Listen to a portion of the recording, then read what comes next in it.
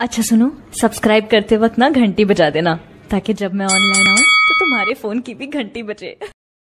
अच्छा सुनो, सब्सक्राइब करते वक्त ना घंटी बजा देना ताकि जब मैं ऑनलाइन आऊँ तो तुम्हारे फोन की भी घंटी बजे।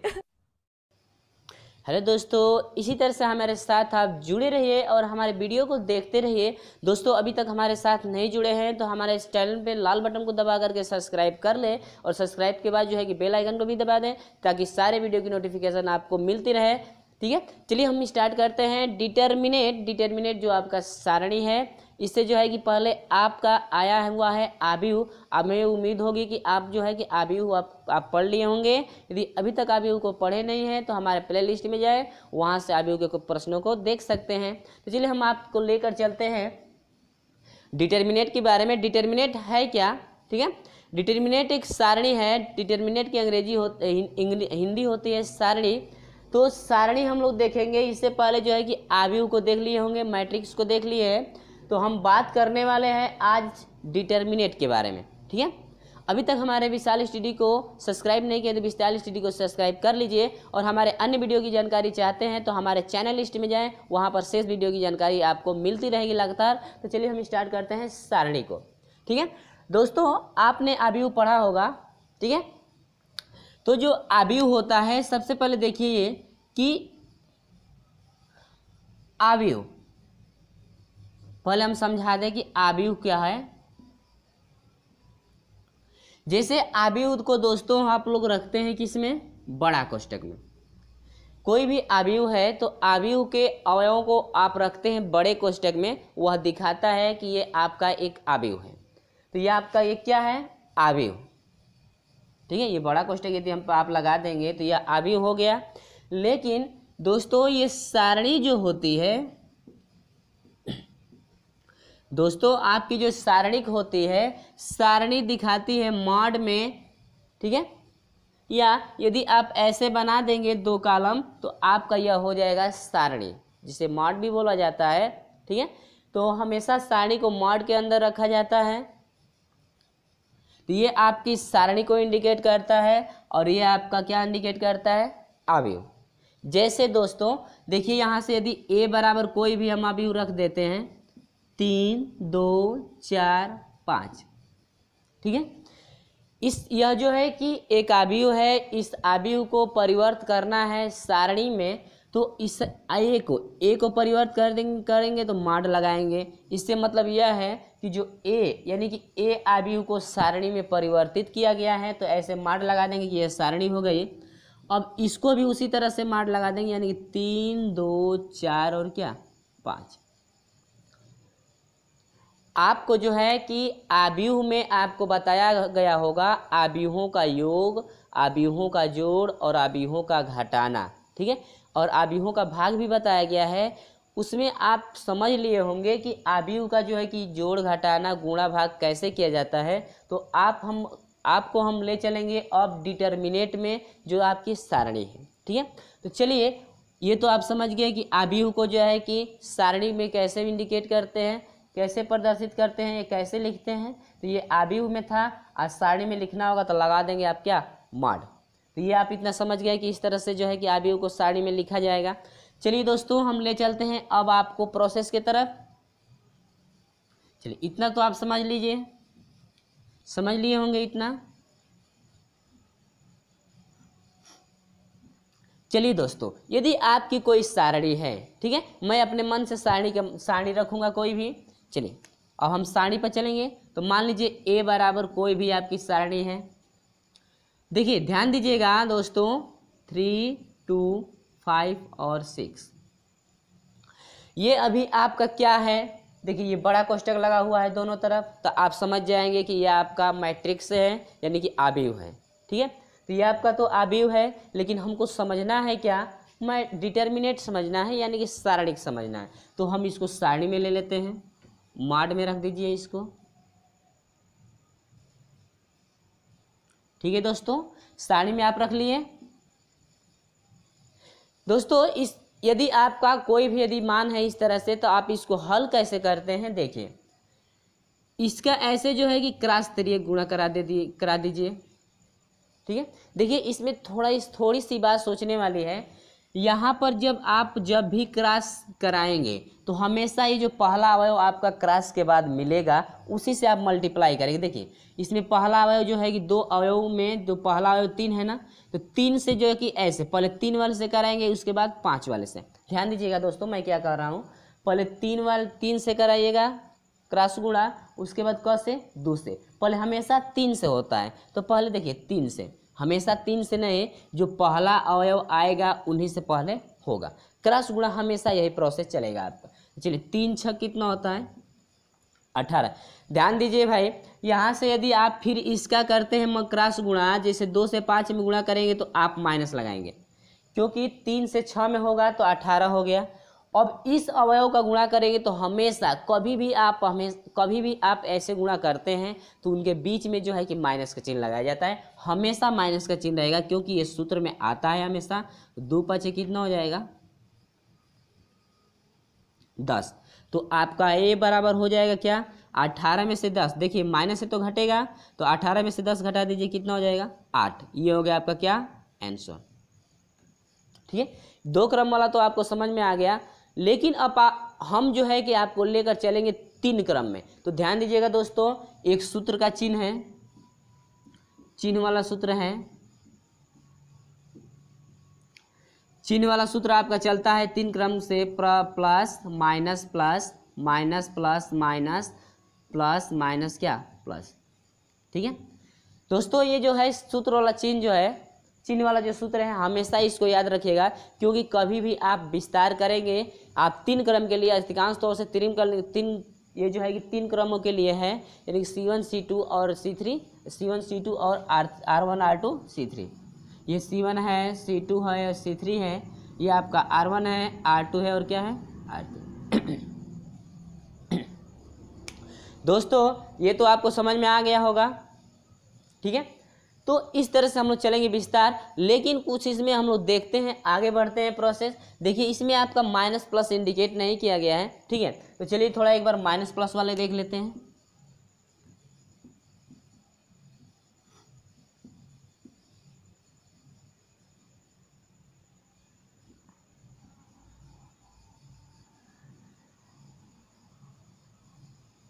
ठीक है, देखिए दोस्तों, ये भी आपका जो है कि क्रम जो है 2 गुणे कितने का है, देखिए 2 का।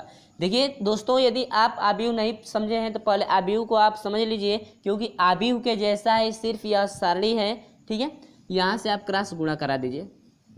तो हम पहले ही बताए हैं कि जो पहला अवयव होगा क्रॉस गुणा में, जो ये पहला अवयव स्टार्टिंग में होगा उससे पहले गुणा करते हैं। तो गुणा कीजिए, माइनस से 5 में गुणा करते 3 5 कितना हो जाएगा 15, यानी कि माइनस क्या हो जाएगा 15। क्योंकि देखिए माइनस से या माइनस से प्लस में यहाँ पर गुणा करेंगे तो माइनस से प्लस में गुणा क्या हो जाएगा माइनस। 3 5 15 हुआ।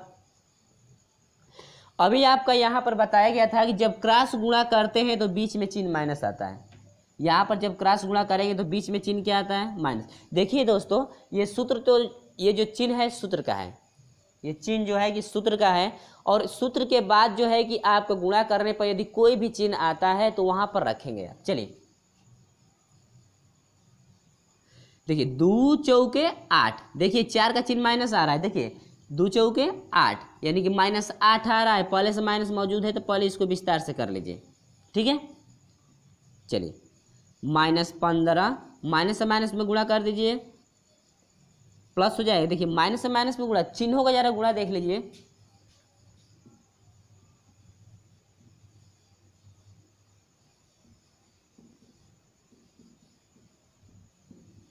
ठीक है, छोटी कक्षाओं में ये पढ़े होंगे।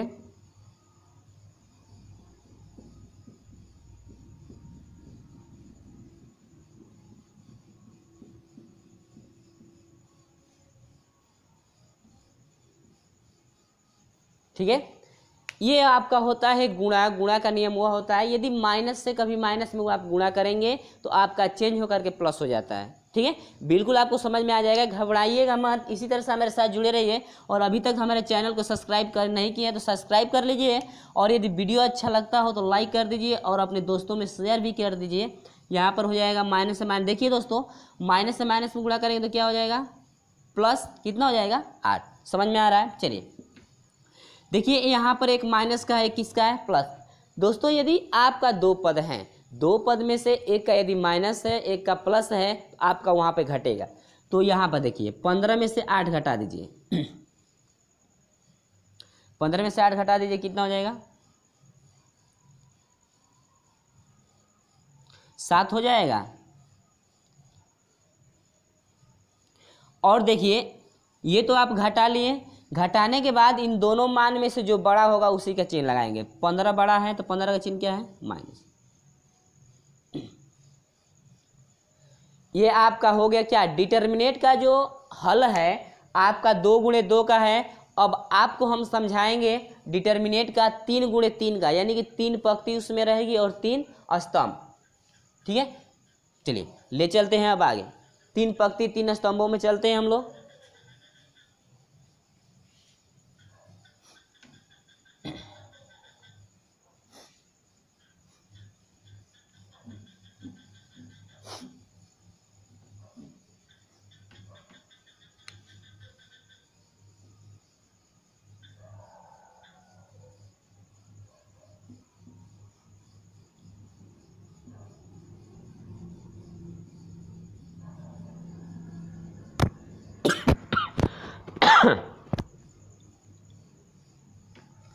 देखिए दोस्तों, ये जो है आपका 3 क्रम का है। 3 क्रम का मतलब यह हुआ कि इसमें 3 पंक्ति उपस्थित है और 3 आपका क्या है? स्तंभ। चलिए समझ लीजिए पहले कौन पंक्ति है कौन स्तंभ है। ये जो आप ऐसे लेते हैं 3 2 4, यदि आप इस तरह से आप लेंगे तो ये आपका R1 इंडिकेट करता है। ठीक है, अब इसको लेंगे तो ये आपका क्या इंडिकेट करता है? R2 इंडिकेट करता है। अब इसको लेंगे तो ये क्या है? आपका R3 है। ठीक है, ये आपका देखिए यहाँ पे C1 हो गया, ये C2 हो गया और ये क्या हो गया? C3। ये आपका टोटल C1 है, ये टोटल C2 है और टोटल क्या है? C3 है। ठीक है दोस्तों, आपको समझ में आ गया होगा और आगे हुई यदि आप पढ़ रहे हैं तो आपको इसमें भी एकदम क्लियर हो जाएगा। आपका कोई भी ऐसा प्रश्न नहीं है कि आपको समझ में नहीं आए, और मैं ऐसा होने भी नहीं दूंगा क्योंकि मैं हमेशा विस्तार से लेकर चलता हूँ। चलिए इसमें देखिए ये आपका क्रम है 3 गुणे 3। दोस्तों ये आप सोच रहे होंगे कि 3 गुणे 3 क्या है। इसमें देखिए 3 आपकी पहली जो है कि पंक्ति है, यानी कि 3 पंक्ति, तो 1 पंक्ति 2 पंक्ति और 3 पंक्ति हो गया। और आप सोच रहे हो कि दूसरा 3 क्या है, तो दूसरा 3 स्तंभ है। 1 स्तंभ 2 स्तंभ और कितना है? 3, यानी कि 3 गुणे कितने का? 3 का। ठीक है, चलिए इसमें इस सारणी को आपको हल करना है। 2 क्रम वाला तो आप समझ गए होंगे, थोड़ा वो आसान था, लेकिन अब हम आ गए हैं 3 क्रम के लिए। तो दोस्तों 3 क्रम के लिए हल किया जाएगा तो आप इन चिन्ह के सूत्रों को, यानी कि चिन्ह वाला जो सूत्र है उसको आप समझ लेंगे, यानी कि उसी के अनुसार हम लेकर चलेंगे।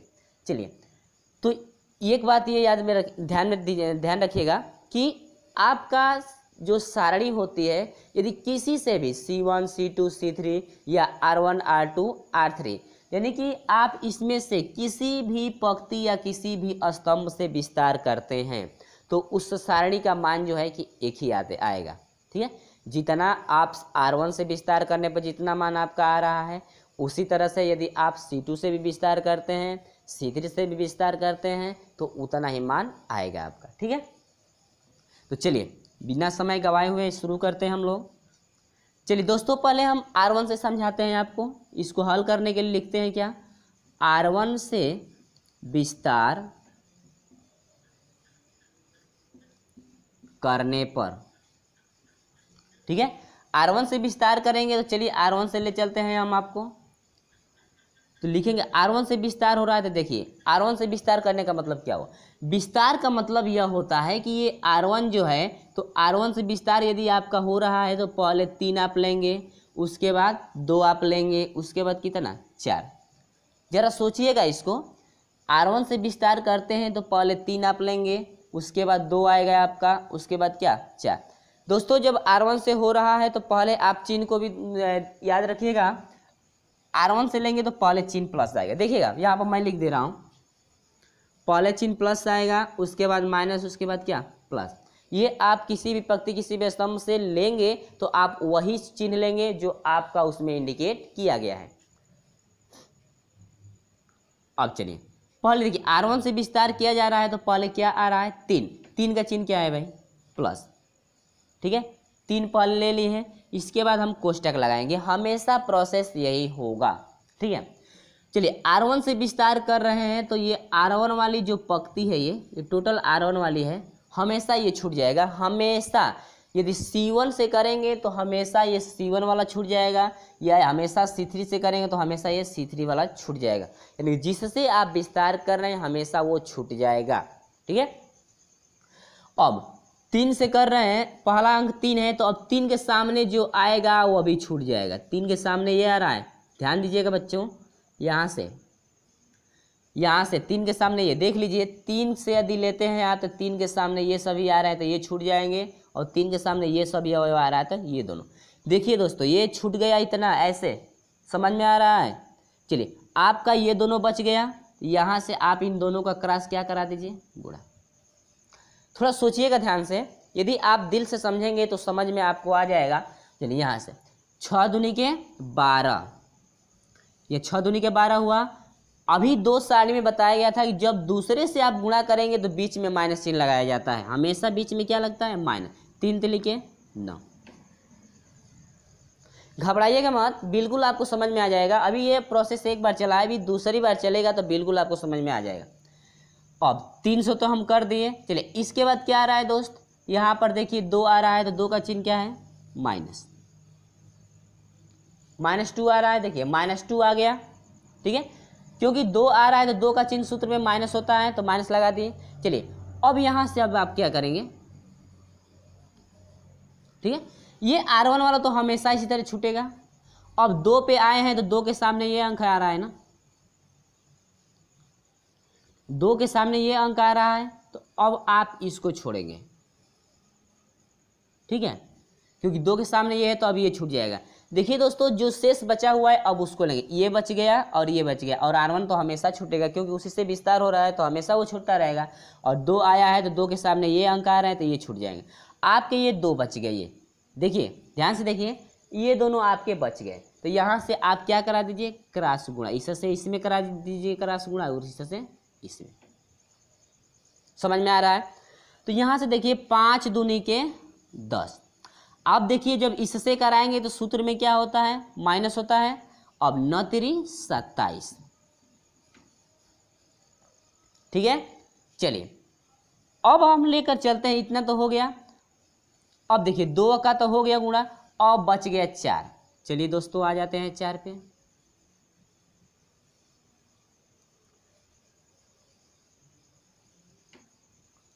अब चलिए आ गए 4 पे। ठीक है, अब 4 आ गया तो ये R1 तो हमेशा छूटेगा, अब 4 के सामने ये अंक आ रहे हैं तो ये अंक छूट जाएंगे। अब देखिए ये दोनों बच गए, ये दोनों बच गए। चलिए अब यहाँ से क्रॉस गुणा करा दीजिए। ठीक है, तो 5 3, देखिए अब 4 आ रहा है ना, 4 का चिन्ह क्या है पहले, प्लस, तो यहाँ पर लगा लेंगे प्लस क्या है 4। अब आ जाए यहाँ पे 5 3 15। ठीक है, और जब इससे क्रॉस गुणा कराएंगे तो आपका चिन्ह क्या मिलेगा, माइनस। देखिए हमेशा जो है कि ये पहला अवयव आ रहा है क्रॉस में तो उससे गुणा कराएंगे, ये नहीं कि 9 से कराएंगे। यदि नीचे वाले अंक से कराते हैं तो आपका गलत हो जाएगा। ठीक है, हमेशा ये जो पहला अवयव होगा उसी से गुणा कीजिएगा। 5 3 15 हुआ, माइनस, सूत्र में माइनस होता है। 9 6 54।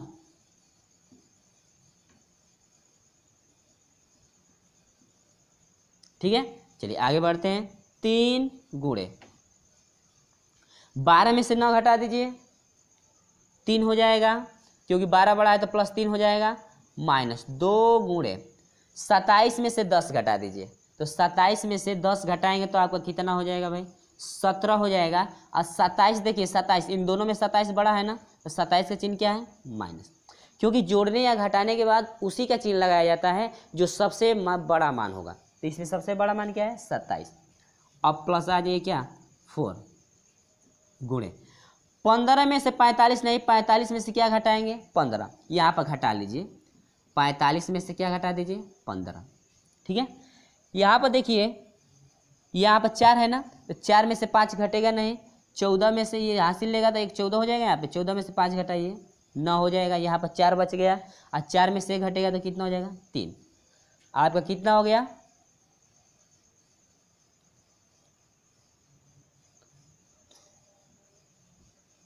39 और चिन्ह क्या है माइनस। ठीक है, चलिए 3 तिलिके 9 और देखिए माइनस से माइनस में गुणा करें, इन दोनों गुणा करें तो माइनस से माइनस में गुणा करें तो क्या हो जाएगा 15 प्लस हो जाएगा 17 दूनी के 34, 17 कम 17, 17 दूनी 34। अब इसमें आप आ जाइए प्लस है, देखिए यहाँ से इसका प्लस इसका माइनस है तो प्लस से माइनस में गुणा क्या हो जाता है माइनस। अब यहाँ से गुणा करिए 4 9 36 को 6 हासिल 3 हुआ, 3 चौको 12, 12 3 कितना हो गया 4 9 36 को 6 हासिल 3 हुआ और 4 3 12, 12 और 3 कितना हो गया 15। ठीक है, इतना आपको समझ में आ रहा है। चलिए आगे बढ़ चलिए, देखिए 9 का चिन्ह प्लस है और 34 का भी चिन्ह क्या है प्लस, इन दोनों प्लसों को एक साथ ले लीजिए। 9 और 4, 9 4 13 को 3 हासिल 1, 3 और 1 कितना हो जाएगा 4।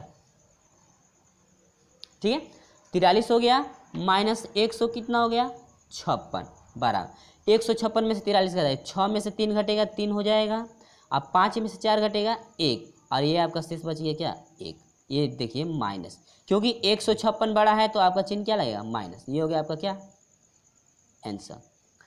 दोस्तों ये आपका रहा प्रश्न, यानी कि 3 गुणे 3 का ये विस्तार रहा। इसी तरह से आप शेष यदि करते हैं तो आपका इतना ही मान आएगा। ठीक है, आपका इतना ही मान आएगा। तो चलिए आपको जो है कि ले चलते हैं अगले स्टेप में। जैसे इसमें अब हम आपको सिखाएंगे और किसी से विस्तार, जैसे R1 से तो हो गया, अब R2 R3 या C1 C2 C3 किसी से भी आप विस्तार कर सकते हैं और करके आप देख सकते हैं जो उसका मान आएगा उसका भी मान इतना ही आएगा।